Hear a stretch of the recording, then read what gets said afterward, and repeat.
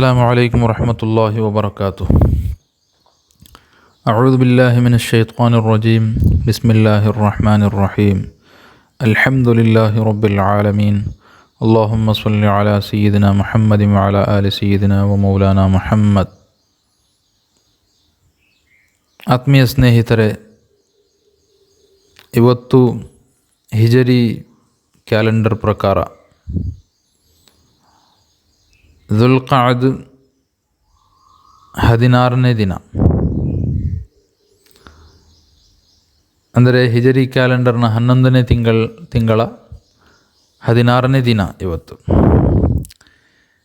ಈ ಒಂದು ದಿನದ ಮಹತ್ವ ಏನು ಅಂತ ಹೇಳಿದರೆ, ಕರ್ನಾಟಕದ ಮುಸಲ್ಮಾನರ ಮಟ್ಟಿಗೆ ಮಾತ್ರವಲ್ಲ, ಭಾರತೀಯ ಮುಸಲ್ಮಾನರ ಮಟ್ಟಿಗೆ ಅತ್ಯಂತ ಪ್ರಸಿದ್ಧರಾದಂತಹ ಒಬ್ಬ ಸೂಫಿ ಸಂತ, ಗುಲ್ಬರ್ಗಾದಲ್ಲಿ ಅಂತ್ಯವಿಶ್ರಾಂತಿಯಲ್ಲಿರುವ ಅಬುಲ್ ಫತಹ್ ಸದರುದ್ದೀನ್ ಸಯ್ಯದ್ ಮುಹಮ್ಮದ್ ಹುಸೈನಿ ಗೇಸೂದರಾಜ್ ಶಾಹಬಾಜ್ ಬುಲಂದ್ ಪರ್ವಾಜ್ ಚಿಶ್ತಿ ಹನಫಿ ಮಾತುರಿದಿ ರಹಮತುಲ್ಲಾಹಿ ತಆಲಾ ಅಲೈಹಿ ಎಂಬ ಖಾಜಾ ಬಂದೇ ನವಾಜ್ ಅವರ ಉರುಸ್ ದಿನವಾಗಿದೆ. ಅವರ ಕುರಿತು ಒಂದೆರಡು ವಿಷಯಗಳನ್ನು ತಿಳಿಯೋಣ. ಅವರು ಕ್ರಿಸ್ತಶಕ 1321ನೇ ಇಸವಿನಲ್ಲಿ ದೆಹಲಿಯಲ್ಲಿ ಜನಿಸಿದರು. ದೆಹಲಿಯಲ್ಲಿ ಆಗ ಹಜರತ್ ನಿಜಾಮುದ್ದೀನ್ ಔಲಿಯಾ ಅವರ ಒಂದು ಕಾಲಘಟ್ಟವಾಗಿತ್ತು. ಆ ಕಾಲದಲ್ಲಿ ಅವರು ಜನಿಸಿದರು. ಅವರ ತಂದೆಯ ಹೆಸರು ಸಯ್ಯದ್ ಯೂಸುಫ್ ಹುಸೈನಿ. ಅವರು ನಿಜಾಮುದ್ದೀನ್ ಔಲಿಯಾ ಅವರ ಮುರೀದಾಗಿದ್ದರು. ಆಧ್ಯಾತ್ಮಿಕ ದೀಕ್ಷೆಯನ್ನು ಪಡೆದುಕೊಂಡಿದ್ದರು. ಈ ಖಾಜಾ ಬಂದೇ ನವಾಜ್ ಅವರ ಹುಟ್ಟಿದಾಗಿನ ಹೆಸರು, ಬಾಲ್ಯದ ಹೆಸರು ಅವರದ್ದು ಸಯ್ಯದ್ ಮುಹಮ್ಮದ್ ಎಂದಾಗಿತ್ತು. ಸಯ್ಯದ್ ಮುಹಮ್ಮದ್ ಹುಸೈನಿ ಅಂದರೆ ಅದು ಪೈಗಂಬರ್ ಸಲ್ಲಲ್ಲಾಹು ಅಲೈಹಿ ವಸಲ್ಲಂ ಅವರ ಪೈಗಂಬರರ ಮೊಮ್ಮಗ ಹುಸೈನ್ ರದಿಯಲ್ಲಾಹು ತಆಲಾ ಅನ್ಹು ಅವರ ವಂಶ ಪಾರಂಪರ್ಯದಲ್ಲಿ ಬಂದವರಿಗೆ ಹುಸೈನಿ ಅಂತಾರೆ. ಹಾಗೆ ಬಂದ ಹೆಸರದು ಹುಸೈನಿ ಅಂತ. ಇವರ ಪೂರ್ವಜರು ಅಫ್ಘಾನಿಸ್ತಾನದ ಹಿರಾತ್ನಿಂದ ಬಂದವರು. ಅಫ್ಘಾನಿಸ್ತಾನದ ಹಿರಾತ್ ಅಂದರೆ ಅದು ಚಿಶ್ತಿ ಸೂಫಿ ಪರಂಪರೆಯ ಪಿತಾಮಹ ಮಹಾತ್ಮರಾದಂತಹ ಅಬು ಇಸ್ಹಾಕ್ ಶಾಮಿ ರಹಮತುಲ್ಲಾಹಿ ಅಲೈಹಿ ಅವರ ಊರು. ಅವರ ಊರಿನಿಂದ ಅವರು ಚಿಶ್ತಿ ಸೂಫಿ ಪರಂಪರೆಯ ಪಿತಾಮಹರು. ಅವರ ಒಂದು ಪರಂಪರೆಗೆ ಚಿಶ್ತಿ ಪರಂಪರೆ ಅಂತ ಹೇಳ್ತಾರೆ.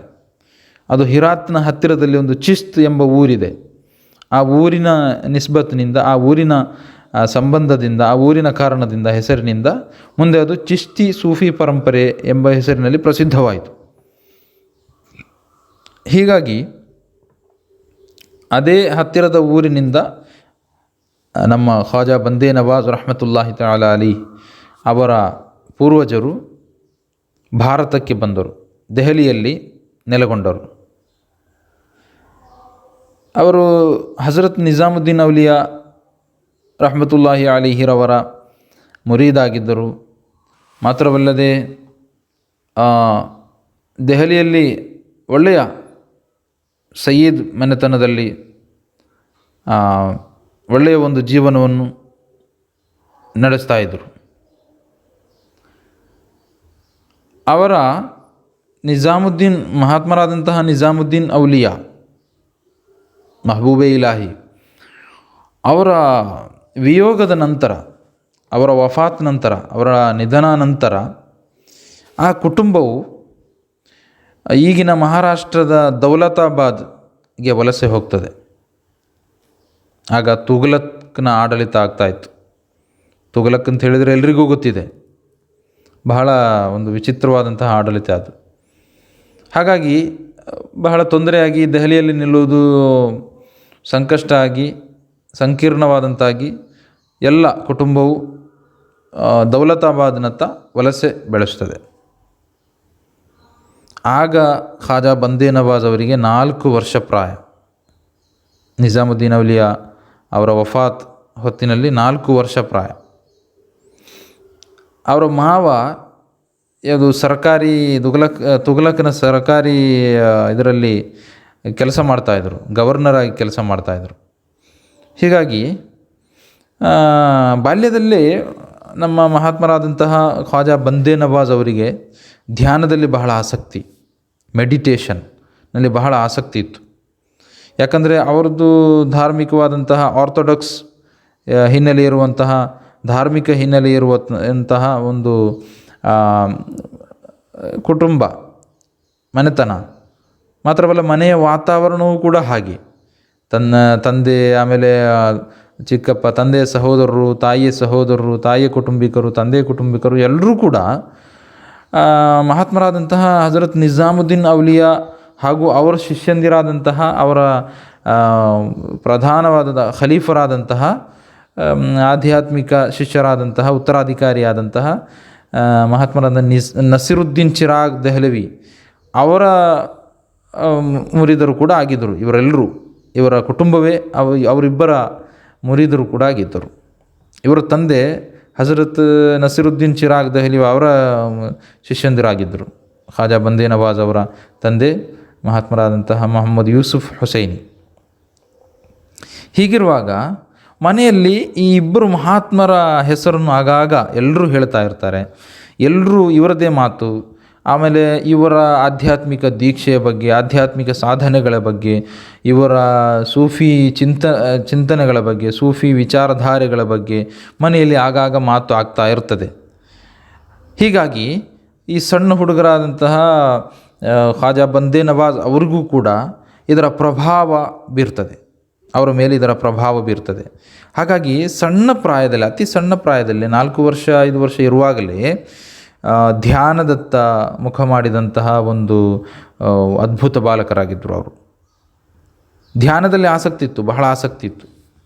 ಹೀಗಾಗಿ ಮುಂದೆ ಇಂತಹದ್ದೇ ವಿಷಯಗಳಲ್ಲಿ ಧ್ಯಾನ, ಸೂಫಿ ಚಿಂತನೆಗಳು, ಸೂಫಿ ಸಭೆಗಳು ಅಲ್ಲಿ ಭಾಗವಹಿಸ್ತಾ ಅವರ ಹೆಚ್ಚಿನ ಬಾಲ್ಯವನ್ನು ಇಂತಹ ಸೂಫಿ ಸಭೆಗಳಲ್ಲಿ ಅವರು ಕಳೆದರು. ಅದರಿಂದ ಬಹಳ ಪ್ರಭಾವಿತರಾದರು. ಅವರಿಗೆ 10 ವರ್ಷ ಪ್ರಾಯ ಇರುವಾಗ ಅವರ ತಂದೆ ಅಂದರೆ ಸಯ್ಯದ್ ಮೊಹಮ್ಮದ್ ಯೂಸುಫ್ ಹುಸೈನಿ ಅವರು ನಿಧನರಾಗ್ತಾರೆ, ಇವರು ಅನಾಥರಾಗ್ತಾರೆ. ಆಮೇಲೆ ಒಂದು 5 ವರ್ಷಗಳ ತನಕ, ಅಂದರೆ 15ನೇ ವಯಸ್ಸಿನ ತನಕ ಇವರ ಅಜ್ಜ, ಬಹುಶಃ ಇವರ ಅಜ್ಜ ನೋಡ್ತಾರೆ, ತಂದೆ ನೋಡಿಕೊಳ್ತಾರೆ. ಈ ಸಂದರ್ಭದಲ್ಲಿ ಅವರು ಸ್ವಲ್ಪ ಧಾರ್ಮಿಕವಾದಂತಹ ಪ್ರಾಥಮಿಕ ವಿದ್ಯಾಭ್ಯಾಸಕ್ಕಾಗಿ ಕಳಿಸ್ತಾರೆ. ಅಂದರೆ ಮನೆಯ ವಾತಾವರಣದಲ್ಲಿ, ಮನೆಯಲ್ಲಿ ಅವರು ಪವಿತ್ರ ಕುರ್ಆನನ್ನು ಕಂಠಪಾಠ ಮಾಡಿರ್ತಾರೆ. ಈ ಥರ ಪವಿತ್ರ ಕುರ್ಆನಿನ ನಿಯಮಾನುಸೃತವಾದಂತಹ ಓದು, ತಜ್ವೀದ್, ಕಿರಾತ್ ಇದನ್ನೆಲ್ಲ ಕಲಿತಿರ್ತಾರೆ. ಇದು ಮನೆಯಲ್ಲೇ ಅವರಿಗೆ ಈ ಒಂದು ಪಾಠ ಸಿಕ್ಕಿರ್ತದೆ, ಶಿಕ್ಷಣ ಸಿಕ್ಕಿರ್ತದೆ. ಆಮೇಲೆ 10ನೇ ವರ್ಷದಲ್ಲಿ ತಂದೆ ತೀರಿಕೊಂಡರು. ಅಲ್ಲಿಂದ ನಂತರ ಅಜ್ಜನ ಸುಪರ್ದಿಯಲ್ಲಿ ಬಂದರು. ಆ ನಂತರ ಒಂದು 5 ವರ್ಷಗಳ ಕಾಲ, ಸುಮಾರು 5 ವರ್ಷಗಳ ಕಾಲ ಕೆಲವೊಂದು ಧಾರ್ಮಿಕವಾದಂತಹ ಕೆಲವೊಂದು ಮೂಲ ಕೃತಿಗಳನ್ನು, ಮೂಲ ಗ್ರಂಥಗಳನ್ನು ಅಧ್ಯಯನ ಮಾಡಿ ಅವರು ಪ್ರಾಥಮಿಕ ಅಧ್ಯಯನದಲ್ಲಿ ತೊಡಗಿಸಿಕೊಂಡರು, ಅಜ್ಜನ ಪ್ರೇರಣೆಯ ಪ್ರಕಾರ. ಹಾಗಾಗಿ ಮುಂದೆ ಏನಾಯಿತು ಅಂತ ಹೇಳಿದರೆ, ಅವರ ತಾಯಿ ದೆಹಲಿಗೆ ಮತ್ತೆ ವಾಪಸ್ಸಾದರು. ಅವರ ತಾಯಿ ಮತ್ತು ಅವರ ಪರಿವಾರ ಎಲ್ಲ ಮತ್ತೆ ದೆಹಲಿಗೆ ವಾಪಸ್ಸಾದರು. ಆ ಕಾರಣದಿಂದ 10ನೇ ವರ್ಷ, ಅದು 15ನೇ ವಯಸ್ಸಿನಲ್ಲಿ ಮತ್ತೆ ದೆಹಲಿಗೆ ಮಹಾತ್ಮರಾದಂತಹ ಖಾಜಾ ಬಂದೇ ನವಾಜ್ ಅವರು ಮತ್ತೆ ದೆಹಲಿಗೆ ಬಂದರು, ವಾಪಸ್ಸಾದರು.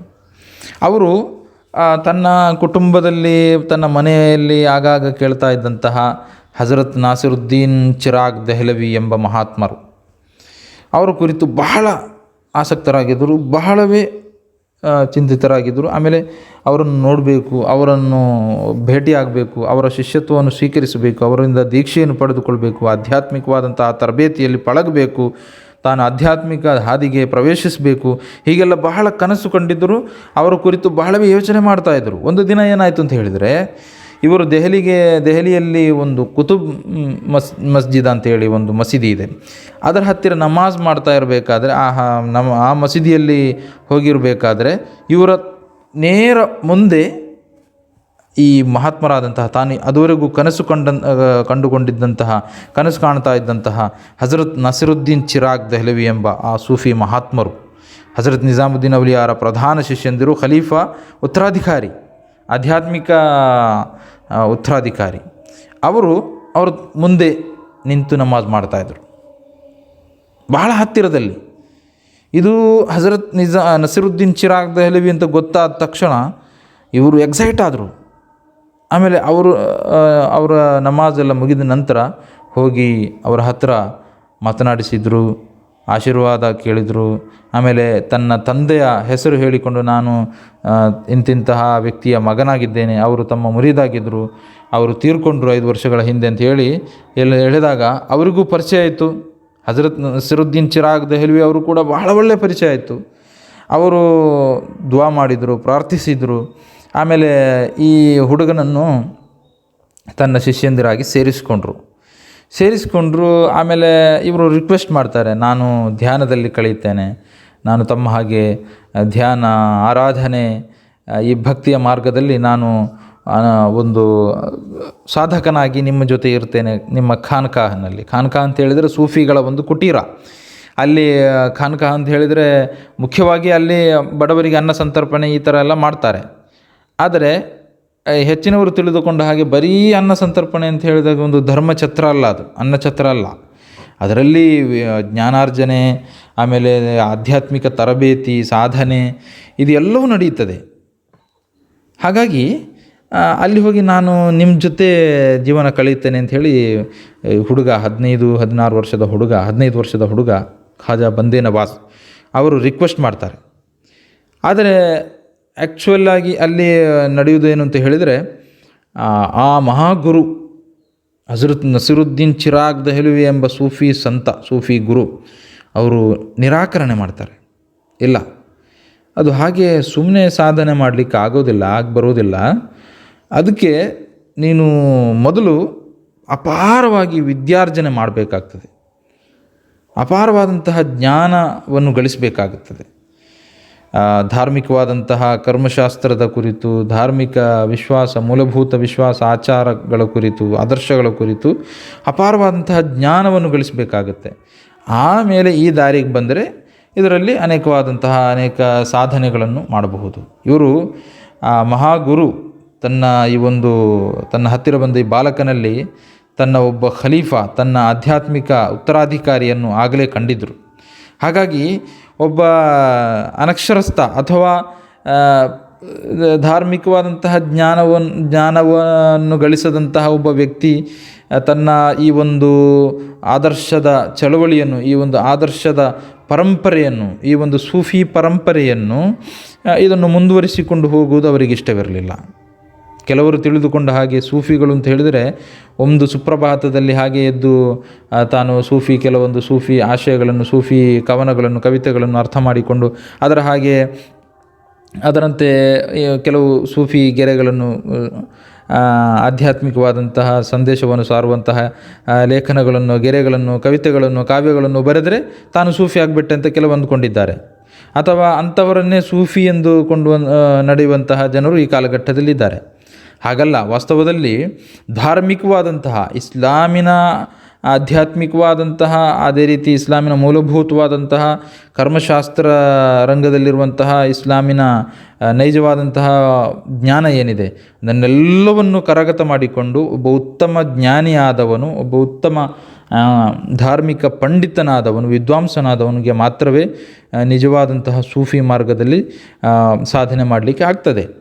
ಹೀಗಾಗಿ ಹಜರತ್ ನಸಿರುದ್ದೀನ್ ಚಿರಾಗ್ ದೆಹಲಿ ಅವರು ಕೂಡ ತನ್ನ ಈ ಒಂದು ಶಿಷ್ಯನಲ್ಲಿ ಈ ರೀತಿಯಲ್ಲಿ ಹೇಳ್ತಾರೆ. ಅವರ ಗುರುವಿನ ಆದೇಶದಂತೆ ಅಲ್ಲಿ ಆಧ್ಯಾತ್ಮಿಕ ದೀಕ್ಷೆಯನ್ನು ಪಡೆದುಕೊಳ್ತಾರೆ, ಬೈಅತ್ ಮಾಡ್ತಾರೆ. ಬೈಅತ್ ಮಾಡುವುದು ಅಂತಾರೆ ಅದಕ್ಕೆ. ಆ ದೀಕ್ಷೆಯನ್ನು ಪಡೆದುಕೊಂಡ ನಂತರ ಅವರು ಸುದೀರ್ಘವಾದಂತಹ ಒಂದು ಜ್ಞಾನಾರ್ಜನೆಗಾಗಿ ತನ್ನ ಜೀವನವನ್ನು ಮುಡಿಪಾಗಿರ್ತಾರೆ. ಹೀಗಾಗಿ ಜ್ಞಾನಾರ್ಜನೆ, ಆಮೇಲೆ ಆಧ್ಯಾತ್ಮಿಕ ಸಾಧನೆ ಎಲ್ಲ ಮಾಡಿಕೊಂಡು ಸುಮಾರು 22 ವರ್ಷಗಳ ಕಾಲ ತನ್ನ ಶೇಖ್ ಅಥವಾ ತನ್ನ ಮುರ್ಷಿದ್ ಅಥವಾ ತನ್ನ ಗುರು, ಸೂಫಿ ಗುರುಗಳೊಂದಿಗೆ ಅವರು ಜೀವನವನ್ನು ಸವಿಸ್ತಾರೆ ದೆಹಲಿಯಲ್ಲಿ. ಅವರ ದೆಹಲಿಯ ನಸಿರುದ್ದೀನ್ ಚಿರಾಗ್ ದೆಹಲಿವಿ ಅವರ ಖಾನ್ಕಾಹ್ನಲ್ಲಿ 22 ವರ್ಷಗಳ ಕಾಲ ಅಲ್ಲಿ ಅವರ ಜೊತೆಗಿರ್ತಾರೆ. ಆ ಕಾಲಘಟ್ಟದಲ್ಲಿ ಅವರಿಗೆ ಈ ಖಾಜಾ ಬಂದೇ ನವಾಜ್ ಎಂಬ ಹೆಸರು ಬಂತು. ಖಾಜಾ ಅಂತ ಹೇಳಿದರೆ ಅದೊಂದು ಪರ್ಷಿಯನ್ ಪದ, ನಾಯಕ, ನೇತಾರ, ಮುನ್ನಡೆಸುವವನು, ಸಮಾಜದಲ್ಲಿ ಗುರುತಿಸಲ್ಪಟ್ಟವನು, ಮುಂದಾಳು ಎಂಬ ಹೆಸರಿನಲ್ಲಿ ಎಂಬ ಅರ್ಥವನ್ನು ಕೊಡ್ತದೆ ಖಾಜಾ ಅಂತ ಹೇಳಿ. ಅದು ಸೂಫಿ ಗುರುಗಳಿಗೆ ಅದು ಮುಂದೆ ಅವರು ಜನರನ್ನು, ಬಡವರ ಜೊತೆಗೆ ಜನಸಾಮಾನ್ಯರ ಜನಜೀವನದಲ್ಲಿ ಅವರ ಸಂಕಷ್ಟಗಳನ್ನು ದೂರ ಮಾಡಿಕೊಂಡು ಅವರ ಒಂದು ಆಶಾ ಕೇಂದ್ರವಾಗಿ ಬದಲಾದ ಕಾರಣದಿಂದ ಅವರು ಸೂಫಿ ನೇತಾರ ಎಂಬ ಹೆಸರಿನಲ್ಲಿ ಅದು ಸೂಫಿ ಸಂತರುಗಳಿಗೆ ಆ ಹೆಸರು ಅಂಟಿಕೊಂಡು ಬಿಡ್ತು. ಹಾಗಾಗಿ ಬಹಳ ಹೆಚ್ಚು ಎಷ್ಟೋ ಸೂಫಿ ಸಂತರುಗಳಿಗೆ ಈ ಖಾಜಾ ಎಂಬ ಹೆಸರು ಬಂದಿದೆ. ಖಾಜಾ ಗರೀಬ್ ನವಾಜ್ ಅಂದರೆ ಮೊಯಿನುದ್ದೀನ್ ಚಿಶ್ತಿ, ಅಜ್ಮೀರ್ನಲ್ಲಿ ಇರುವವರು, ಅವರ ದರ್ಗಾ ಇದೆ ಅವರು. ಆಮೇಲೆ ಖಾಜಾ ಉಸ್ಮಾನ್ ಹಾರೂನಿ, ಆಮೇಲೆ ಹೀಗೆ ಎಷ್ಟೋ ಜನರಿಗೆ ಖಾಜಾ ಎಂಬ ಹೆಸರು ಬಂದಿದೆ. ಸೂಫಿ ಸಂತರುಗಳನ್ನು, ಸೂಫಿ ನಾಯಕರುಗಳನ್ನು, ಸೂಫಿ ನೇತಾರರನ್ನು, ಗುರುಗಳನ್ನು ಖಾಜಾ ಎಂಬ ಹೆಸರಿಂದ ಕರೀತಾರೆ. ಹೀಗಾಗಿ ಖಾಜಾ ಬಂದೇ ನವಾಜ್ ಎಂಬ ಹೆಸರು ಅದು ಈ ದೆಹಲಿಯ ಈ ಖಾನ್ಕಾಹ್ನಲ್ಲಿ ತಾನು ಕಳೆದಂತಹ ಆ ಸಂದರ್ಭದಲ್ಲಿ ಅವರಿಗೆ ಆ ಹೆಸರು ಬಂತು. ಯಾಕೆ ಬಂತು ಅಂದರೆ ಅವ್ರ ಖಾನ್ಕಾಹ್ನಲ್ಲಿ ಈ ಹಜರತ್ ನಸೀರುದ್ದೀನ್ ಚಿರಾಗ್ ದೆಹಲಿವಿ ಅವರಿಗೆ ಬಹಳಷ್ಟು ಕಾಣಿಕೆಗಳು ಬರ್ತಾಯಿದ್ವು. ಕೊಡುಗೆಗಳು, ಕಾಣಿಕೆಗಳು, ಚಿನ್ನ, ಪಾರಿತೋಷಕಗಳು, ಸಂಪತ್ತು, ಊಟ ಎಲ್ಲೂ ಬರ್ತಾಯಿದ್ವು. ಆದರೆ ಸೂಫಿಗಳು ಅಂತ ಹೇಳಿದರೆ ಬರೀ ಒಣರೊಟ್ಟಿ, ಆಮೇಲೆ ಹಗಲು ಹೊತ್ತಿನಲ್ಲಿ ಉಪವಾಸ, ರಾತ್ರಿ ಹೊತ್ತಿನಲ್ಲಿ ನಮಾಜ್, ಬಡವರ ಸೇವೆ ಎಲ್ಲ ತನಗೆ ಬಂದ ಕಾಣಿಕೆಗಳನ್ನು ಬಡವರಿಗೆ ಹಂಚ್ತಾಯಿದ್ರು. ತನ್ನ ಶಿಷ್ಯಂದ್ರಿಗೂ ಕೂಡ ಹಂಚ್ತಾಯಿದ್ರು. ಆ ಕೂಟದಲ್ಲಿದ್ದಂತಹ, ಆ ಬಳಗದಲ್ಲಿದ್ದಂತಹ ಹಜರತ್ ಖಾಜಾ ಬಂದೇ ನವಾಜ್ ಅವರು ಕೂಡ ಇದ್ದರು. ಸೈಯದ್ ಮೊಹಮ್ಮದ್ ಹುಸೈನಿ ಎಂಬ ಹಜರತ್ ಖಾಜಾ ಬಂದೇ ನವಾಜ್ ಅವರು ಕೂಡ ಇದ್ದರು. ಅವ್ರಿಗೂ ಕೂಡ ಹಂಚ್ತಾಯಿದ್ರು. ಎಷ್ಟೋ ಸಂಪತ್ತುಗಳು, ಎಷ್ಟೋ ಕಾಣಿಕೆಗಳನ್ನು ಅವರಿಗೆ ಹಂಚ್ತಾಯಿದ್ರು.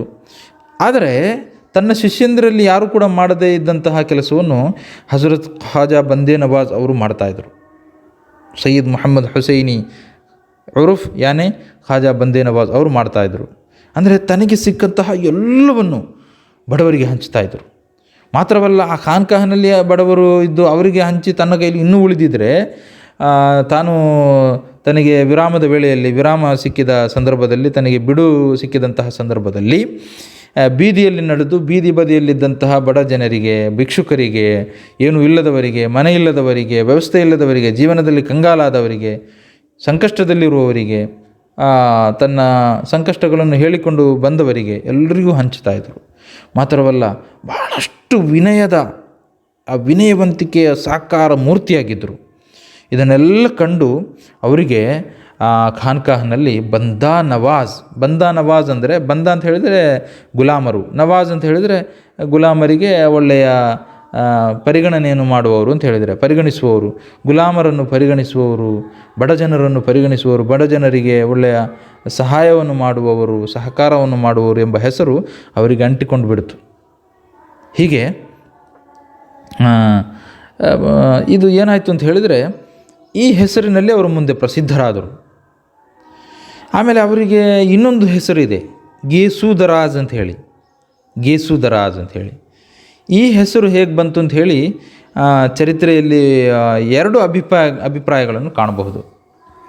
ಒಂದು ಅಖ್ಬಾರುಲ್ ಅಖ್ಯಾರ್ ಅಂತ ಹೇಳಿ ಎಂಬ ಗ್ರಂಥವನ್ನು ಬರೆದಿರುವಂತಹ ಶಾಹ್ ಅಬ್ದುಲ್ ಅಜೀಜ್ ದೆಹಲವಿ ಅವರ ಕೃತಿಯಲ್ಲಿ ಕಾಣಬಹುದು. ಅಂದರೆ ಅವರ ಗುರುಗಳಾಗಿದ್ದಂತಹ, ಖಾಜಾ ಬಂದೇ ನವಾಜ್ ಅವರ ಗುರುಗಳಾಗಿದ್ದಂತಹ ಹಜರತ್ ನಸಿರುದ್ದೀನ್ ಚಿರಾಗ್ ದೆಹಲವಿ ಅವರು ಒಂದು ಸಾರಿ ಪಲ್ಲಕ್ಕಿಯಲ್ಲಿ ಕುಳಿತುಕೊಂಡಿರ್ತಾರೆ. ಯಾವುದೋ ಒಂದು ಕಡೆಗೆ ಹೋಗಬೇಕು ಅವರಿಗೆ. ಹಾಗೆ ಶಿಷ್ಯಂದಿರೆಲ್ಲ ಅವರ ಪಲ್ಲಕ್ಕಿಯನ್ನು ಎತ್ತಾರೆ. ಡೋಲಿ. ಆ ಪಲ್ಲಕ್ಕಿಯನ್ನು ಎತ್ತಿಕೊಳ್ಳುವಾಗ ಶಿಷ್ಯಂದಿರ ಸಾಲಿನಲ್ಲಿ ಪಲ್ಲಕ್ಕಿಯನ್ನು ಎತ್ತಿಕೊಳ್ಳುವ ಆ ಒಂದು ಬಳಗದಲ್ಲಿ ಹಜರತ್ ಖ್ವಾಜಾ ಬಂದೇ ನವಾಜ್ ಅವರು ಕೂಡ ಇರ್ತಾರೆ. ಅವರ ಕೂದಲು ಸ್ವಲ್ಪ ಉದ್ದಕ್ಕಿತ್ತು. ಹೀಗೆ ಅವರ ಕೇಶ, ಆ ತಲೆಗೂದಲು ಇದು ಏನಾಯಿತು ಅಂತ ಹೇಳಿದ್ರೆ ಆ ಪಲ್ಲಕ್ಕಿಯ ಒಂದು ಕಾಲಿನಲ್ಲಿ ಸಿಕ್ಕಿಕೊಂಡು ಬಹಳ ನೋವಾದರೂ ಕೂಡ ಅದನ್ನು, ಆ ನೋವನ್ನು ಕಚ್ಚಿ ಹಿಡಿದುಕೊಂಡು ಆ ನೋವನ್ನು ಹೊರಗಡೆಯದೆ ಯಾವುದೇ ಶಬ್ದವನ್ನು ಮಾಡದೆ, ಯಾಕಂದರೆ ತನ್ನ ಗುರು, ತನ್ನ ಸೂಫಿ ನೇತಾರ, ಆಧ್ಯಾತ್ಮಿಕ ಗುರು ಅವರು ಈ ಪಲ್ಲಕ್ಕಿಯಲ್ಲಿ ಕುಳಿತುಕೊಂಡಿದ್ದಾರೆ, ಅವರಿಗೆ ತೊಂದರೆ ಆಗಬಾರ್ದು, ತನ್ನ ಈ ನೋವಿನ ಚೀರಾಟದಿಂದ ಅವರಿಗೆ ಕಿರಿಕಿರಿ ಅನಿಸಬಾರ್ದು ಅಂತ ಹೇಳಿ ಅವರು ಬಹಳ ವಿನಯದಿಂದ, ಬಹಳ ಒಂದು ಗೌರವದಿಂದ ಇದನ್ನು ಅವರು ನೋವನ್ನು ಸಹಿಸಿಕೊಂಡರು. ಈ ವಿಷಯ ಗೊತ್ತಾದಾಗ ಅವರ ಒಂದು ಆ ಗುರುವಿಗೆ ಬಹಳ ಖುಷಿಯಾಗಿ ಅವರು ದುಆ ಮಾಡಿದರು. ಅವರು ಏನಂತ ಹೇಳಿದ್ರೆ, ಅವರು ತನ್ನ ಶಿಷ್ಯನನ್ನು ಕರೆದು, ನೀನು ಈ ರೀತಿ ನನ್ನ ಗೌರವದಕ್ಕೆ ನಿನ್ನ ಕೂದಲು ಸಿಕ್ಕಿಕೊಂಡರೂ ಕೂಡ ನೀನು ನೋವನ್ನು ಸಹಿಸಿದೆ ಅಲ್ಲ, ನಿನ್ನನ್ನು ಕೂಡ ಒಂದು ಕಾಲದಲ್ಲಿ ಒಬ್ಬ ಬಾದಶಾ ಪಲ್ಲಕ್ಕಿಯಲ್ಲಿ ಎತ್ತಿಕೊಂಡು ಹೋಗ್ತಾನೆ, ತನ್ನನ್ನು ಪಲ್ಲಕ್ಕಿಯಲ್ಲಿ ಎತ್ತಿಕೊಂಡು ಹೋಗಲಿಕ್ಕೆ ಬಾದಶಾ ಕೂಡ ರೆಡಿಯಾಗಿರ್ತಾನೆ ಅಂತ ಹೇಳಿ ಅವರು ಒಂದು ದುಆ ಮಾಡಿದರು. ಮಾತ್ರವಲ್ಲ, ತನ್ನ ಶಿಷ್ಯನ ಆಧ್ಯಾತ್ಮಿಕವಾದಂತಹ ಸಾಧನೆಯ ಅಭಿವೃದ್ಧಿಗಾಗಿ ಅವರು ಉತ್ತುಂಗಕ್ಕಾಗಿ ದುಆ ಮಾಡಿದರು. ಇದು ಮುಂದೆ ಚರಿತ್ರೆಯಲ್ಲಿ ದಾಖಲಾಯಿತು. ಅವರು ಕರ್ನಾಟಕಕ್ಕೆ, ಅಂದರೆ ದಕ್ಷಿಣ ಭಾಗಕ್ಕೆ, ದಖ್ಖನ್ಗೆ ಬಂದಾಗ ಇಲ್ಲಿ ಗುಲ್ಬರ್ಗಾದಲ್ಲಿ ಬಹಮನಿ ರಾಜ, ಒಂದು ಚರಿತ್ರೆ ಇತಿಹಾಸದ ಪ್ರಕಾರ, ದಾಖಲೆಯ ಪ್ರಕಾರ ಬಹಮನಿ ಸುಲ್ತಾನ ಫಿರೋಜ್ ಶಾ ಬಹಮನಿ ಅವನು ಇವರನ್ನು ತನ್ನ ಊರಿಗೆ ಕರೆಸಿಕೊಂಡ ಎಂಬ ದಾಖಲೆಗಳು ಕೂಡ ಸಿಕ್ಕಿವೆ.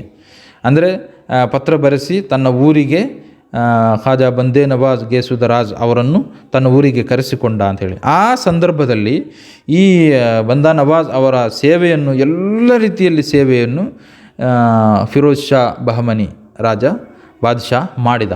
ನೋಡಿ, ಗುರುವಿನ ಮಾತ್ರವಲ್ಲ, ಪಲ್ಲಕ್ಕಿಯನ್ನು ಅವರನ್ನು ಎತ್ತಿಕೊಂಡು ಹೋದ, ಆಮೇಲೆ ಅವರ ಎಲ್ಲ ಸೇವೆಯನ್ನು ಕೂಡ ಮಾಡಿದ.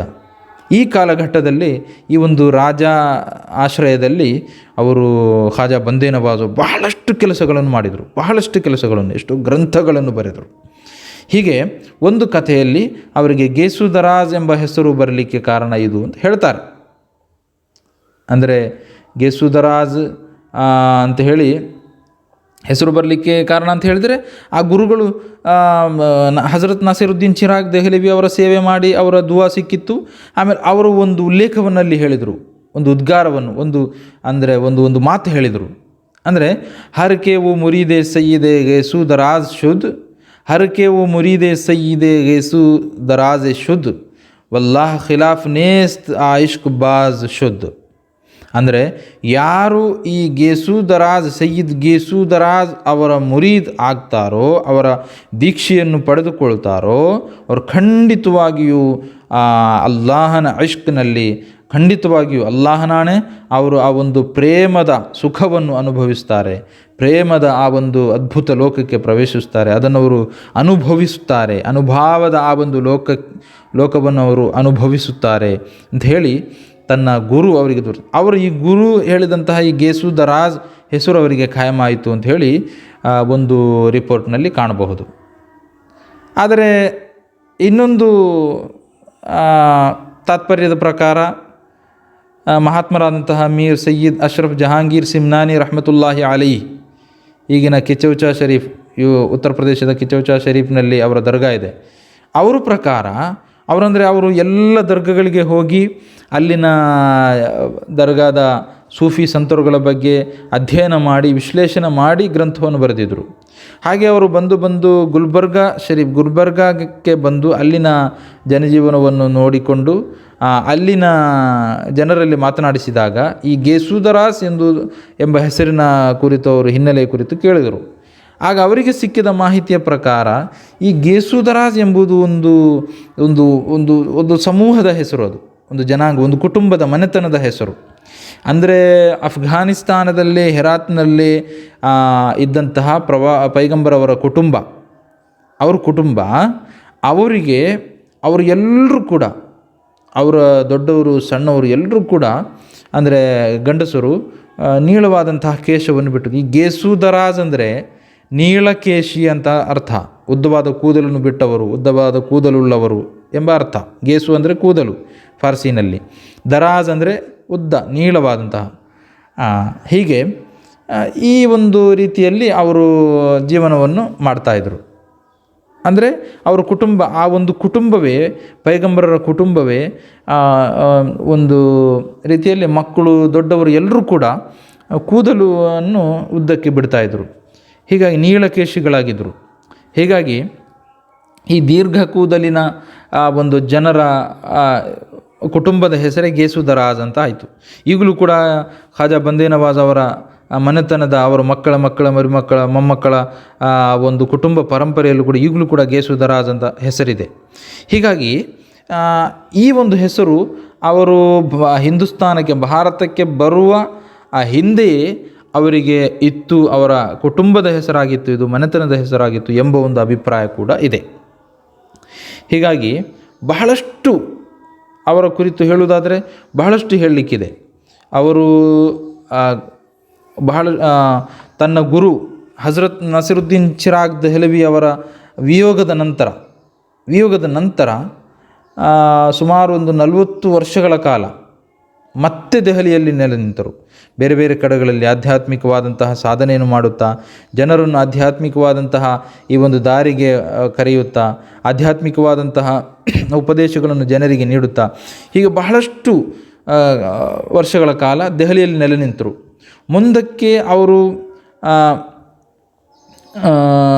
ಸುಮಾರು 77ನೇ ವರ್ಷ ಪ್ರಾಯದಲ್ಲಿ, ಅವರಿಗೆ 77 ವರ್ಷ ಪ್ರಾಯ ಇರುವಾಗ, 80 ವರ್ಷ ಇರುವಾಗ ಎಂಬ ರಿಪೋರ್ಟ್ ಕೂಡ ಇದೆ. ಹೇಗಿದ್ದರೂ ಕೂಡ 77ನೇ ವಯಸ್ಸಿನಲ್ಲಿ, ಪ್ರಬಲಾಭಿಪ್ರಾಯ ಅಂದರೆ 77ನೇ ವಯಸ್ಸಿನಲ್ಲಿ ಅವರು ಕರ್ನಾಟಕದ, ಆಗಿನ ದಕ್ಕನ್ ಭಾಗದ, ಈಗಿನ ಕರ್ನಾಟಕ ರಾಜ್ಯದ ಗುಲ್ಬರ್ಗ ಎಂಬ ಊರಿಗೆ, ಹಿಂದೆ ಅದು ಕಲಬುರಗಿ ಆಗಿತ್ತು, ಆಮೇಲೆ ಗುಲ್ಬರ್ಗ ಆಯಿತು, ಗುಲ್ಬರ್ಗಕ್ಕೆ ಬಂದರು. ಅವರು ರಾಜನ ಆಜ್ಞೆ ಪ್ರಕಾರ, ರಾಜನ ಕರೆಯೋಲೆಯ ಪ್ರಕಾರ ಬಂದರು ಎಂಬ ದಾಖಲೆ ಕೂಡ ಇದೆ. ಹೇಗಿದ್ದರೂ ಕೂಡ ಗುಲ್ಬರ್ಗಕ್ಕೆ ಬಂದರು. ಆಮೇಲೆ ಅವರಿಗೆ 5 ಮಕ್ಕಳು, 2 ಗಂಡು ಮಕ್ಕಳು, 3 ಹೆಣ್ಣು ಮಕ್ಕಳು. ಮೊದಲನೇ ಗಂಡು ಮಗು ಅದು ಅಕ್ಬರ್ ಹುಸೈನ್ ಎಂಬ ಹೆಸರಿನಲ್ಲಿ ಪ್ರಸಿದ್ಧವಾಗಿದ್ದರು. ಆಮೇಲೆ 2ನೇ ಗಂಡು ಮಗು ಅಸ್ಗರ್ ಹುಸೈನ್ ಅಂತ ಹೇಳಿ ಪ್ರಸಿದ್ಧವಾಗಿತ್ತು. ಮೊದಲನೇ ಗಂಡು ಮಗು ತೀರು ಹೋಗಿತ್ತು, ಸಣ್ಣ ಪ್ರಾಯದಲ್ಲೇ ತೀರು ಹೋಗಿತ್ತು. 2ನೇ ಮಗ ಅವರ ಉತ್ತರಾಧಿಕಾರಿಯಾಗಿ ಮುಂದೆ ಅವರ ವಂಶ ಪರಂಪರೆಯಲ್ಲಿ ಎಲ್ಲ ಅವರ ಸಂತಾನ ಪರಂಪರೆ ಬೆಳೆಯುತ್ತದೆ. ಹೇಗಿದ್ದರೂ ಕೂಡ ಅವರು ಕರ್ನಾಟಕದ ಗುಲ್ಬರ್ಗಕ್ಕೆ ಬಂದರು. ಈಗಲೂ ಅವರ ಸಮಾಧಿ ಗುಲ್ಬರ್ಗಾದಲ್ಲಿದೆ, ಅಲ್ಲಿ ಉರುಸ್ ನಡೀತಾ ಇದೆ. ಇವತ್ತು ಅವರ ಉರುಸ್ 77ನೇ ವರ್ಷ ಪ್ರಾಯದಲ್ಲಿ ಅವರು ಗುಲ್ಬರ್ಗಕ್ಕೆ ಬಂದರು, ಕರ್ನಾಟಕಕ್ಕೆ ಬಂದರು. ಆಗ ಇಲ್ಲಿ ಬಾದ್ಶಾಹ್ ಫಿರೋಜ್ ಶಾ ಬಹಮನಿ ಇದ್ದರು. ಅವನು ಮಾಡಿಕೊಟ್ಟಂತಹ ಎಲ್ಲ ವ್ಯವಸ್ಥೆಯನ್ನು ಅವರಿಗೆ ಖಾನ್ಖಾ ಮಾಡಿಕೊಟ್ಟ, ಅವರಿಗಿರಲು ತಂಗಲು ವ್ಯವಸ್ಥೆ ಮಾಡಿಕೊಟ್ಟ, ಅವರು ಗ್ರಂಥ ರಚನೆ ಮಾಡಲಿಕ್ಕೆ ಎಲ್ಲ ವ್ಯವಸ್ಥೆ ಮಾಡಿಕೊಟ್ಟ. ಎಲ್ಲವನ್ನೂ ಮಾಡಿ ಒಬ್ಬ ಗುಲಾಮನಂತೆ, ಒಬ್ಬ ಅಡಿಯಾಳಂತೆ, ಒಬ್ಬ ಶಿಷ್ಯನಂತೆ, ಒಬ್ಬ ಮುರೀದನಂತೆ ಅವರು ಬಾದ್ಶಾಹ್ ಫಿರೋಜ್ ಶಾ ಬಹಮನಿ ಅವರು ಖಾಜಾ ಬಂದೇ ನವಾಜ್ ಅವರ ಆ ಒಂದು ಖಾನ್ಖಾಹನಲ್ಲಿ, ಅವರ ಸನ್ನಿಧಿಯಲ್ಲಿ ಹೋಗಿ ಯಾವತ್ತೂ ಕೂಡ ನಿಲ್ತಾಯಿದ್ರು, ಸೇವೆ ಮಾಡ್ತಾಯಿದ್ರು. ಹೀಗಾಗಿ ಸುಮಾರು 28 ವರ್ಷಗಳ ಕಾಲ ಇವರು ಗುಲ್ಬರ್ಗಾದಲ್ಲಿ ನೆಲೆಸಿದರು. ಕ್ರಿಸ್ತಶಕ 1422ನೇ ಇಸವಿನಲ್ಲಿ ನವಂಬರ್ 1ನೇ ತಾರೀಕಿನಂದು ಈ ಲೋಕಕ್ಕೆ ವಿದಾಯ ಹೇಳಿದರು. ಅವತ್ತು ದುಲ್ಕಾಯದ 16 ಹಿಜರಿ ವರ್ಷ 825, ಹಿಜರಿ 720ರಲ್ಲಿ ಜನಿಸಿ 825ರಲ್ಲಿ ಅವರು ನಿಧನರಾದರು. ಹಾಗಾಗಿ ಮಾತ್ರವಲ್ಲ, ಇವತ್ತು ನಾನು ಮುಖ್ಯವಾಗಿ ಅವರಿಗೆ ಹೇಳಬೇಕಾದಂಥ, ನಾವು ಎಲ್ಲರೂ ಕರ್ನಾಟಕದವರು, ತಿಳಿದುಕೊಳ್ಬೇಕಾದಂಥ ಒಂದು ಮುಖ್ಯ ವಿಚಾರವನ್ನು ಹೇಳಲಿಕ್ಕೆ ಮರೆತಿದ್ದೇನೆ. ಅದೇನೆಂದರೆ, ಈ ಕರ್ನಾಟಕ ಭಾಗದಲ್ಲಿ, ದಖ್ಖನ್ ಭಾಗದಲ್ಲಿ ಒಂದು ಭಾಷೆ ಚಾಲ್ತಿಯಲ್ಲಿತ್ತು, ದಖನಿ. ಈ ದಖನಿ ಭಾಷೆಯಲ್ಲಿ ಮೊದಲಿಗೆ ಕೃತಿಯನ್ನು ಬರೆದವರು ಮಹಾತ್ಮರಾದಂಥ ಗೇಸುದರಾಜ್ ಖಾಜಾ ಬಂದೇ ನವಾಜ್ ಅವರು ಈ ದಖನಿ ಭಾಷೆಯ, ಅಂದರೆ ಅದು ಒಂದು ಗ್ರಾಂಥಿಕ ಭಾಷೆ, ಆಡು ಮಾತು, ಕೇವಲ ಒಂದು ಪ್ರಾದೇಶಿಕ ಒಂದು ಭಾಷೆಯಾಗಿ ಚಾಲ್ತಿಯಲ್ಲಿತ್ತು ಆ ಕಾಲಘಟ್ಟದಲ್ಲಿ. ಆಮೇಲೆ ಅದನ್ನು ಮುನ್ನೆಲೆಗೆ ತಂದು ಅದರಲ್ಲಿ ಕೃತಿ ರಚನೆ, ಗ್ರಂಥ ರಚನೆಯನ್ನೇ ಮಾಡಿದರು ಅವರು. ಮೆಹರಾಜುಲ್ ಆಶಿಕೀನ್ ಎಂಬ ಗ್ರಂಥವೇ ಆ ಒಂದು ಭಾಷೆಯಲ್ಲಿ ಇದೆ. ಹೀಗೆ ಬಹಳಷ್ಟು ಕೃತಿಗಳನ್ನು ಅದರಲ್ಲಿ ಬರೆದರು. ಆಮೇಲೆ ಅವರು ಗ್ರಂಥ ರಚನೆಯು ನಮಗೆ ಬಹಳ ಅದ್ಭುತ ಅನಿಸ್ತದೆ. ಅವರು ಸುಮಾರು 100 ಗ್ರಂಥಗಳನ್ನು ಬರೆದರು ಎಂದು ಒಂದು ರಿಪೋರ್ಟ್ನಲ್ಲಿ ಕಾಣಬಹುದು. ಒಂದು ವರದಿಯ ಪ್ರಕಾರ 105 ಗ್ರಂಥಗಳನ್ನು, ತನ್ನ 105 ವರ್ಷ ಅವರು ಜೀವಿಸಿದರು, 105 ಗ್ರಂಥಗಳನ್ನು ಬರೆದು, ತನ್ನ ಜೀವಿತಾವಧಿಯಲ್ಲಿ ಎಷ್ಟು ವರ್ಷ ಇದೆ ಅಷ್ಟು ಗ್ರಂಥಗಳನ್ನು ಬರೆದರು ಎಂಬ ಒಂದು ಅಭಿಪ್ರಾಯ. ಇದು ಪ್ರಬಲ ಅಭಿಪ್ರಾಯ, ಇದು ಎಲ್ಲರೂ ಬಹುಮತ ಇರುವಂತಹ ಒಂದು ಅಭಿಪ್ರಾಯ. ಆಮೇಲೆ ಕೆಲವೊಂದು ವರದಿ ಪ್ರಕಾರ 130 ಗ್ರಂಥಗಳನ್ನು ಅಂತಿದೆ, ಕೆಲವೊಂದು ವರದಿ ಪ್ರಕಾರ 195 ಅಂತ ಹೇಳಿದೆ. ಯಾವುದಿದ್ರೂ ಕೂಡ 105 ಈಗ ಪ್ರಸಿದ್ಧವಾಗಿರುವಂಥ ಲೆಕ್ಕ. ಆದರೆ ಈ 105 ಕೃತಿಗಳು ಕೂಡ, ಗ್ರಂಥಗಳು ಕೂಡ ಈಗ ಲಭ್ಯವಿಲ್ಲ. ಮಾತ್ರವಲ್ಲ, ಅದರ ಹೆಸರುಗಳು ಕೂಡ ಲಭ್ಯವಿಲ್ಲ. ಹೆಚ್ಚಿನ ಗ್ರಂಥಗಳು ಅದು ಈಗ ಅಲಭ್ಯ. ಆದರೂ ಕೂಡ ಬಹಳಷ್ಟು ಕೆಲಸ ಆ ನಿಟ್ಟಿನಲ್ಲಿ ಮಾಡಿದ್ದಾರೆ. ಅವರು ಬರೆದಂಥ ಕೆಲವೊಂದು ಪ್ರಮುಖವಾದಂಥ ಕೃತಿಗಳನ್ನು ನಾನು ಹೇಳ್ತೇನೆ, ಎಲ್ರಿಗೂ ಆಶ್ಚರ್ಯ ಆಗ್ಬೋದು. ಸೂಫಿ ಸಾಹಿತ್ಯದಲ್ಲೇ ಬಹಳ ಹೆಸರು ಗಳಿಸಿದಂತಹ ಮಹಾತ್ಮರಾದ ಇಮಾಮ್ ಖುಶೈರಿ ರಹಮತುಲ್ಲಾಹಿ ಅಲಿಹಿರವರ ರಿಸಾಲತುಲ್ ಖುಶೈರಿಗೆ ಇವರು ವ್ಯಾಖ್ಯಾನವನ್ನು ಬರೆದಿದ್ದಾರೆ. ಶರಹ ರಿಸಾಲತುಲ್ ಖುಶೈರಿ ಅಂತ ಹೇಳಿ ಒಂದು ಬರೆದಿದ್ದಾರೆ, ವ್ಯಾಖ್ಯಾನವನ್ನು ಬರೆದಿದ್ದಾರೆ. ಇದೊಂದು ಅದ್ಭುತ. ಆಮೇಲೆ ಶೇಖುಲ್ ಅಕ್ಬರ್ ಇಮಾಮ್ ಇಬ್ನ್ ಅರಬಿ ಅಲ್ ಅಂದುಲೂಸಿ, ಸ್ಪೇನಿನ ವಿದ್ವಾಂಸರಾದಂತಹ ಶೇಖುಲ್ ಅಕ್ಬರ್ ಶೇಖ್ ಇಬ್ನ್ ಅರಬಿಯವರ ಫುಸೂಸುಲ್ ಹಿಕಮ್ ಎಂಬ ಕೃತಿಗೂ ಕೂಡ ವ್ಯಾಖ್ಯಾನವನ್ನು ಬರೆದಿದ್ದಾರೆ. ಮಾತ್ರವಲ್ಲ, ಇಬ್ನ್ ಅರಬಿಯವರ ಹಲವಷ್ಟು ವಿಚಾರಧಾರೆಗಳಿಗೆ ಇವರು ಟೀಕೆಯನ್ನು ಕೂಡ ಬರೆದಿದ್ದಾರೆ, ಶರವನ್ನು ಕೂಡ ಬರೆದಿದ್ದಾರೆ. ಅದು ಬಹಳ ಅದ್ಭುತ. ಇಂಥ ಒಂದು ಸಾಹಸಕ್ಕೆ ಇಳಿದಿದ್ದು ಅವರ ಕಾಲಘಟ್ಟದಲ್ಲಿ ಅವರು ಮಾತ್ರ. ಆನಂತರ ಅವು ಬಹಳ ಕಡಿಮೆ ಇದೆ. ಅಂದರೆ ಇಷ್ಟು ದೊಡ್ಡ ದೊಡ್ಡ ವಿದ್ವಾಂಸರ, ಸೂಫಿ ವಿದ್ವಾಂಸರ ಕೃತಿಗಳನ್ನು ಅದಕ್ಕೆ ವ್ಯಾಖ್ಯಾನ ಬರೀಬೇಕಾದರೆ 8 ಎದೆ ಬೇಕು ಅದಕ್ಕೆ. ಆಮೇಲೆ ಮಹಾತ್ಮರಾದಂತಹ ಉಮರ್ ಸುಹರವರ್ದಿ ಅವರ ಅವಾರಿಫುಲ್ ಮಾರಿಫ್ ಎಂಬ ಗ್ರಂಥಕ್ಕೂ ಕೂಡ ವ್ಯಾಖ್ಯಾನವನ್ನು ಬರೆದಿದ್ದಾರೆ. ಹೀಗೆ ಮೆಹರಾಜುಲ್ ಆಶಿಕೀನ್, ರಿಸಾಲತ್ತು ಸೀರತುನ್ ನಬಿ, ಆಮೇಲೆ ಅಸ್ಮಾವುಲ್ ಅಸ್ರಾ, ಆಮೇಲೆ ಫಾರ್ಸಿ ಭಾಷೆಯಲ್ಲಿದ್ದಂತಹ ಯಾಜ್ದಾರ್ ಸಾಯಿಲ್, ತರ್ಜುಮೆ ಆದಾಬುಲ್ ಮುರೀದೀನ್, ಅನೀಸೆ ರುಸಾಕ್, ಶರ್ಹ ಮಶಾರಿಕುಲ್ ಅನ್ವಾರ್, ಮಕ್ತೂಬಾತ್, ಇಸ್ತಿಕಾಮತು ಶರಯ್ಯ, ಶರಹ ರಿಸಾಲ ಗೌಸಿ ಆಜಮ್, ಹೀಗೆ ಬಹಳಷ್ಟು ಗ್ರಂಥಗಳನ್ನು ಬರೆದಿದ್ದಾರೆ. ಮಾತ್ರವಲ್ಲ, ಪವಿತ್ರ ಕುರ್ಆನ್ಗೆ ಮೊದಲ 5 ಕಾಂಡಗಳ ವ್ಯಾಖ್ಯಾನವನ್ನು ಕೂಡ ಅವರು ಬರೆದಿದ್ದಾರೆ. ಮೊದಲ 5 ಕಾಂಡಗಳ ತಫ್ಸೀರ್ ವ್ಯಾಖ್ಯಾನವನ್ನು ಕೂಡ, ಪವಿತ್ರ ಕುರ್ಆನ್ನ ವ್ಯಾಖ್ಯಾನಕ್ಕೆ ತಫ್ಸೀರ್ ಅಂತಾರೆ, ಅದನ್ನು ಕೂಡ ಬರೆದಿದ್ದರು.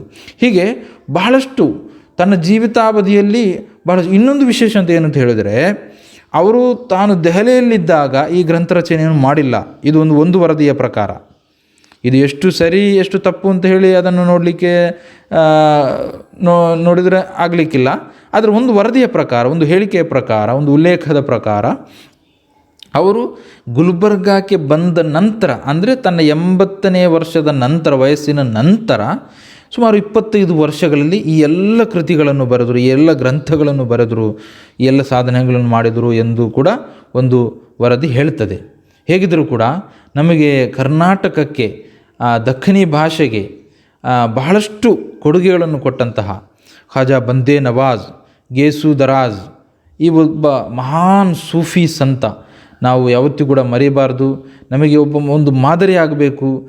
ಆ ಕಾಲಘಟ್ಟದಲ್ಲಿ ಅವರು ಅಷ್ಟೊಂದು ಗ್ರಂಥಗಳನ್ನು ಬರೆದಿದ್ದಾರೆ, ಭಾಷೆಯಲ್ಲಿ ಕೆಲಸ ಮಾಡಿದ್ದಾರೆ, ಸೂಫಿ ಸಾಹಿತ್ಯದಲ್ಲಿ ಕೆಲಸ ಮಾಡಿದ್ದಾರೆ.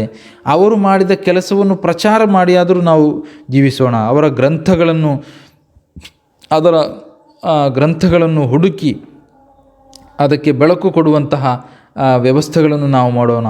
ಆ ನಿಟ್ಟಿನಲ್ಲಿ ಅಧ್ಯಯನ ಮಾಡುವಂತೆ ಅಧ್ಯಯನ ಮಾಡಲು ಪ್ರೇರಣೆಯಾಗೋಣ, ಅಧ್ಯಯನ ಮಾಡುವಂತಾಗೋಣ ಎಂಬ ಒಂದು ಸಂದೇಶವನ್ನು ಕೊಡ್ತಾ, ಮಸ್ದರ್ ಎಜು ಆ್ಯಂಡ್ ಚಾರಿಟಿ ಎಂಬ ಉತ್ತರ ಕರ್ನಾಟಕದ ಹಿಂದುಳಿದ ಭಾಗದಲ್ಲಿ ಶೈಕ್ಷಣಿಕವಾಗಿ ಜಾಗೃತಿಯನ್ನು ಮೂಡಿಸುತ್ತಿರುವಂತಹ ಒಂದು ಉತ್ತಮವಾದಂತಹ ಕರ್ನಾಟಕದಲ್ಲೇ ಅತ್ಯಂತ ಪ್ರಸಿದ್ಧವಾದಂತಹ ಒಂದು ಸಂಸ್ಥೆ ಮಸ್ದರ್ ಎಜು ಆ್ಯಂಡ್ ಚಾರಿಟಿ. ಈ ಒಂದು ಸಂಸ್ಥೆಯು ಹಮ್ಮಿಕೊಂಡಂತಹ ಈ ಒಂದು ಖಾಜಾ ಬಂದೇ ನವಾಜ್ ಗೇಸೂದರಾಜ್ ಶಾಹಬಾಜ್ ಬುಲಂದ್ ಪರ್ವಾಜ್ ಚಿಸ್ತಿ ರಹಮತುಲ್ಲಾಹಿ ಅಲೈಹಿ ರವರ ಉರೂಸ್ನ ಪ್ರಯುಕ್ತ ಹಮ್ಮಿಕೊಂಡಂತಹ ಈ ಒಂದು ಕಾರ್ಯಕ್ರಮದಲ್ಲಿ ಒಂದಷ್ಟು ವಿಷಯಗಳನ್ನು ನಾನು ಮಾತನಾಡಿದ್ದೇನೆ. ಅಲ್ಲಾಹನು ಆ ಮಹಾತ್ಮರ ಬರಕತ್ತಿನಿಂದ, ಆ ಮಹಾತ್ಮರ ಅವರ ಬರಕತ್ತಿನಿಂದ ನಮ್ಮೆಲ್ಲರನ್ನು ಸ್ವರ್ಗೋದ್ಯಾನದಲ್ಲಿ ಒಂದುಗೂಡಿಸಲಿ, ನಮ್ಮೆಲ್ಲರ ಜೀವನದಲ್ಲಿ ಸಮೃದ್ಧಿ ಐಶ್ವರ್ಯವನ್ನು ದಯಪಾಲಿಸಲಿ. ಅಲ್ಲಾಹನು ಈ ಒಂದು ಮಹಾತ್ಮರ ಖಾಜಾ ಬಂದೇ ನವಾಜ್ ರಹಮತುಲ್ಲಾಹಿ ಅಲಿಹಿರವರ ಬರಕತ್ತಿನಿಂದ ನಮ್ಮ ಎಲ್ಲ ಕಾರ್ಯಗಳಲ್ಲಿ ಅಲ್ಲಾಹು ಸಮೃದ್ಧಿಯನ್ನು ಐಶ್ವರ್ಯವನ್ನು ದಯಪಾಲಿಸಲಿ. ನಮ್ಮ ಎಲ್ಲ ಸದುದ್ದೇಶಗಳನ್ನು, ನಮ್ಮ ಎಲ್ಲ ಉದ್ದೇಶಗಳನ್ನು, ನಮ್ಮ ಎಲ್ಲ ನಿಯತ್ತುಗಳನ್ನು ಅಲ್ಲಾಹು ಪೂರ್ತಿಗೊಳಿಸಲಿ, ಅದನ್ನು ಕಾರ್ಯರೂಪಕ್ಕೆ ತರುವಂತೆ ಮಾಡಲಿ. ಮಾತ್ರವಲ್ಲ, ನಮ್ಮ ಎಲ್ಲ ಸತ್ಕರ್ಮಗಳನ್ನು ಅಲ್ಲಾಹು ಸ್ವೀಕರಿಸಲಿ, ಕಬೂಲ್ ಮಾಡಲಿ. ನಮ್ಮ ಎಲ್ಲ ಸೇವೆಗಳನ್ನು ಅಲ್ಲಾಹು ಕಬೂಲ್ ಮಾಡಲಿ. ನಮ್ಮೆಲ್ಲ ಆರಾಧನೆ, ನಮ್ಮ ನಮಾಜ್, ನಮ್ಮ ಉಪವಾಸ, ನಮ್ಮ ಝಕಾತ್, ನಮ್ಮ ಹಜ್, ನಮ್ಮ ಉಮ್ರಾ, ನಮ್ಮ ಇತರ ಸೇವಾ ಕಾರ್ಯಗಳು, ಸಮಾಜ ಸೇವೆಗಳು, ಬಡಜನರ ಸೇವೆಗಳು, ಇದೆಲ್ಲವನ್ನು ಅಲ್ಲಾಹನು ಕಬೂಲ್ ಮಾಡಲಿ. ಈ ಮಹಾತ್ಮರ ಬರಕತ್ತಿನಿಂದ ನಮ್ಮ ಎಲ್ಲ ಸಂಸ್ಥೆಗಳನ್ನು ಅಲ್ಲಾಹು ಉನ್ನತಿಗೊಳಿಸಲಿ ಎಂಬ ಪ್ರಾರ್ಥನೆಯೊಂದಿಗೆ ಎಲ್ಲರೂ ಕೂಡ ಈ ಒಬ್ಬ ಮಹಾತ್ಮರ ಸೂಫಿ ಸಂತರುಗಳ ಕುರಿತು ಇನ್ನಷ್ಟು ತಿಳಿದುಕೊಳ್ಳಲು, ಮಾತ್ರವಲ್ಲ ಅವರ ಗ್ರಂಥಗಳ ಅಧ್ಯಯನಕ್ಕಾಗಿ ಪ್ರಯತ್ನ ಮಾಡಬೇಕು ಎಂದು ನನ್ನೊಂದಿಗೂ ನಿಮ್ಮೊಂದಿಗೂ ನಾನು ಉಪದೇಶವನ್ನು, ಕಿವಿಮಾತನ್ನು ಹೇಳುತ್ತಾ ಮಾತುಗಳಿಗೆ ವಿರಾಮ. ವ ಆಖಿರ್ ದಅವಾನಾ ಅನಿಲ್ ಹಮ್ದುಲಿಲ್ಲಾಹಿ ರಬ್ಬಿಲ್ ಆಲಮೀನ್. ಅಸ್ಸಲಾಮು ಅಲೈಕುಂ ವರಹಮತುಲ್ಲಾಹಿ ವಬರಕಾತು.